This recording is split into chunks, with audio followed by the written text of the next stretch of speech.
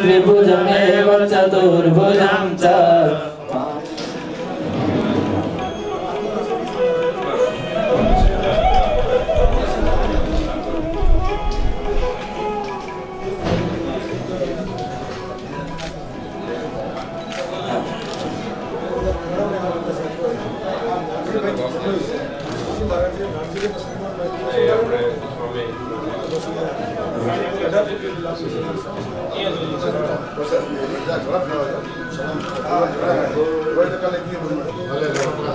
અત્યારે પૂજ્યપાદ આચાર્ય મહારાજ શ્રી દર્શન કરવા જઈ રહ્યા છે। જાદવજી ભગત અને પૂજ્યપાદ આચાર્ય મહારાજની સાથે ગ્રુપ ફોટામાં આવી જશે। ગ્રુપ ફોટામાં આવી જશે। જે સંતો સેવા કાર્યમાં જોડાયેલા હતા એ સંતો જલ્દીથી આવી જાઓ।